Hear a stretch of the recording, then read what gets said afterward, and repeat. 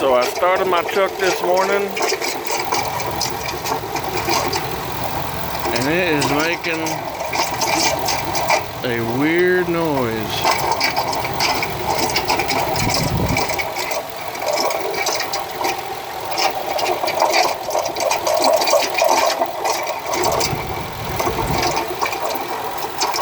I don't know, sounds like a bearing of some sort is going out somewhere. I